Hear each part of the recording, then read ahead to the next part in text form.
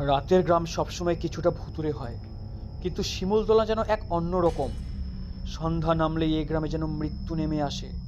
বাড়ির দরজা জানালা বন্ধ হয়ে যায়, আলো নিভে যায়, আর রাস্তাঘাট হয়ে ওঠে শুনশান। গ্রামের মানুষ যেন কাউকে বেশি কিছু বলে না, কেবল চোখে ভেসে ওঠে আতঙ্কের ছাপ। কলকাতার সাংবাদিক অরিন্দম শুনেছিল গত 2 মাসে এই ছোট্ট গ্রাম থেকে 3জন মানুষ হঠাৎ করে উধাও হয়ে যায়। থানায় খোঁজ করলেও পুলিশও কিছু পায়নি।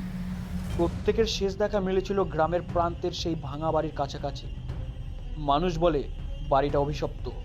বহু বছর আগে মালিক রমেশচন্দ্র আগুনে পুড়ে মারা যায়, আর তার আত্মা নাকি এখনো সেখানে ঘুরে বেড়ায়। অরিন্দম যুক্তিবাদী মানুষ, ভূতের গল্পে সে বিশ্বাস করে না। তাই সত্য খুঁজতে একা পা বাড়ালো শিমুলতলার দিকে। কিন্তু গ্রামে ঢুকতেই চারপাশে সে যে অদ্ভুত নীরবতা আর হিংস্রতা হাওয়ার স্পর্শ পেল, তা যেন বুকের ভিতরে কাঁপুনি ধরিয়ে দিল তার। লোকমুখে শোনা গেল ভাঙা বাড়ির পেছনের কুয়ো থেকে মাঝরাতে নাকি কান্নার শব্দ ভেসে আসে। কেউ কাছে গেলে আর ফেরে না। গ্রামের প্রবীণ হরিচরণ সাবধান করলো, সন্ধ্যা নামলে ওই দিক দিয়ে যাবেন না বাবু, রাতটা খুব খারাপ। তবু অরিন্দমের কৌতূহল তাকে পিছু হটতে দিল না। সে জানে না আজকের রাতেই সে এক এমন দুঃস্বপ্নের মুখোমুখি হতে চলেছে যা তার জীবন বদলে দেবে। কারণ কিছু ছায়া শুধু ভয় দেখায় না, তারা টেনে নিয়ে যায় অন্ধকারের অতল গহরে। চলুন শুরু করা যাক সেই গল্প। মেঘলা দুপুরে যখন বাসটা শিমুলতলার রাস্তার মোড়ে থামলো, তখনও কেউ কল্পনাও করেনি যে এই যাত্রাটা একটা দুঃস্বপ্নে বদলে যাবে।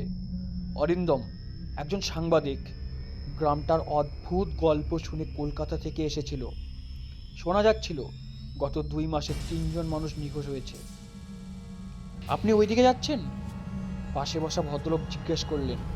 হ্যাঁ, শিমুলতলা গ্রামে রিপোর্টের জন্য যাচ্ছি। ভদ্রলোকের মুখটা হঠাৎ ফ্যাকাশে হয়ে গেল। সন্ধ্যার আগেই ফিরবেন? রাত নামলে ওখানে কিছু ভালো নেই। বাস থেকে নামতেই চারপাশে অদ্ভুত নীরবতা। পাখির ডাক নেই, গাছগুলো হাওয়ায় নড়ছে না, যেন সময় থেমে গেছে। দূরে ধূসর কুয়াশার মধ্যে গ্রামটা ঢাকা। অরিন্দম পা বাড়াতেই গ্রামের মাটির রাস্তা যেন তাকে টেনে নিচ্ছিল। চারপাশে কিছু জীর্ণ কুঁড়ে ঘর, আর মানুষের চোখে এক ধরনের আতঙ্ক। গ্রামের মুরব্বী হরিচরণ বলল, সন্ধ্যা নামলেই সবাই ঘরে ঢুকে দরজা আটকায়। বুঝলেন বাবু, ওই দিকের ভাঙা বাড়িটার জন্যই সব সর্বনাশ। কোন বাড়ি? বটগাছের পাশেই, যেটা পুড়ে গিয়েছিল 10 বছর আগে। তখন কেউ ওখানে যেতে সাহস পেত না। অরিন্দমের কৌতূহল বেড়ে গেল। ভাঙা বাড়িটার সামনে দাঁড়িয়ে সে স্পষ্ট শুনল ভেতর থেকে ফিস ফিস শব্দ আসছে। দরজা ঠেলতেই ঠান্ডা হাওয়া বেরিয়ে এলো, যেন বাড়িটা শ্বাস নিচ্ছে। রাতে মশাল হাতে বাড়ির ভিতরে ঢুকে অরিন্দম দেখল ভাঙা দেওয়ালে পুড়ে যাওয়া হাতের ছাপ। হঠাৎ যেন কেউ পেছন থেকে ফিসফিস করে বলল, তুই কেন এলি? পেছনে ফিরে দেখে কেউ নেই, কিন্তু দেওয়ালের ছায়া নড়ছে। মশালের আগুন হঠাৎ নিভে গেল, আর অরিন্দম শুনতে পেল কানের কাছে শ্বাস ফেলার শব্দ। আতঙ্কে সে ছুটে বাইরে বেরিয়ে এলো। গ্রামে ফিরে হরিচরণ বলল, ওই বাড়িতে একটা অভিশাপ আছে। মালিক রমেশচন্দ্র আগুনে মারা গিয়েছিল, তার আত্মা এখনো বাড়িটায় ঘোরে। যারাই সেখানে যায় আর ফিরে আসে না।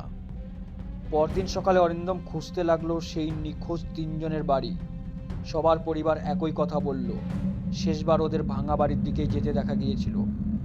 দুপুরের পর গ্রামের মেয়েটি মীরা গোপনে জানালো, ওই বাড়ির পেছনে একটা কুয়ো আছে। রাতে ওই কুয়োর দিক থেকে কান্নার শব্দ ভেসে আসে। তুমি দেখেছো? না, কিন্তু আমার দাদাকে ওই কুয়োর পাশেই শেষ দেখা গিয়েছিল। অরিন্দম ঠিক করলো আজ রাতেই সত্যি জানবে। কুয়োর পাশে গিয়ে রেকর্ডার বসালো।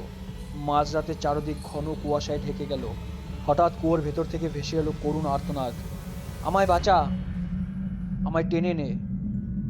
অরিন্দম তাকাতেই দেখলো কুয়োর জল লাল হয়ে গেছে, আর ভেতর থেকে হাড়ের হাত উঠে আসছে। একই সঙ্গে পেছন থেকে ভেসে এলো পায়ের শব্দ, কেউ যেন ধীরে ধীরে কাছে আসছে। সে দৌড়তে যাচ্ছিল, কিন্তু পায়ের তলায় মাটি যেন নরম হয়ে গেল। অদৃশ্য হাতটাকে টেনে নিচে নামাতে চাইছে। মরিয়া হয়ে মশাল জ্বালাতেই সেই হাত মিলিয়ে গেল। ঘরে অরিন্দম হরিচরণকে সব কথা বলল। বৃদ্ধ জানালেন রমেশচন্দ্রের কাহিনী। ও লোক জমির লোভে কয়েকজনকে খুন করেছিল। পরে পঞ্চায়েতের বিচারের দিনই ওই বাড়িতে আগুন ধরে যায়। রমেশ পুড়ে মরে, কিন্তু মরার আগে শপথ নিয়েছিল, যে আমার গোপন কুয়োর খোঁজ পাবে আমি তাকে টেনে নেব। অরিন্দম বুঝল কুয়োর ভেতরেই হয়তো লাশগুলো লুকোনো, আর সেই অভিশপ্ত আত্মা প্রতিশোধ নিচ্ছে। রাতে গ্রামের কয়েকজন সাহসী মানুষ নিয়ে অরিন্দম ভাঙা বাড়িতে ঢুকলো। সবাই মিলে কুয়োর মুখে গঙ্গার জল আর আগুনের প্রদীপ রাখলো। চারপাশে হঠাৎ ঝড় ওঠার মতো শব্দ, দেওয়াল কেঁপে উঠল। একটা ভয়ানক ছায়া কুয়োর ভেতর থেকে উঠে এসে গর্জে উঠল, এখন কেউ ফিরবে না।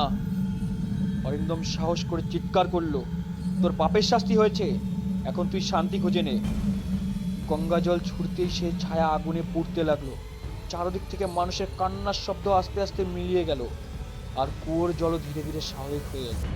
ভোরের আলো ফুটতেই গ্রামটা যেন স্বস্তির নিঃশ্বাস ফেলল। নিখোঁজ তিনজনের দেহ কুয়োর তলা থেকে উদ্ধার হলো। হরিচরণ বলল, অভিশাপ ভেঙেছে। অরিন্দম কলকাতা ফেরার জন্য বাস ধরল। জানালার বাইরে তাকিয়ে দেখলো গ্রামের ধূসর কুয়াশায় ধীরে ধীরে সরে যাচ্ছে। কিন্তু ঠিক তখনই বাসের জানালার কাছে ভেসে উঠল এক অদ্ভুত ছায়া। তুই কি ভেবেছিস আমি শেষ? শুধু শুরু করলাম। বাসটা ছুটতে লাগলো, আর অরিন্দমের মনে হলো কেউ অদৃশ্য চোখে তাকিয়ে আছে তার দিকে।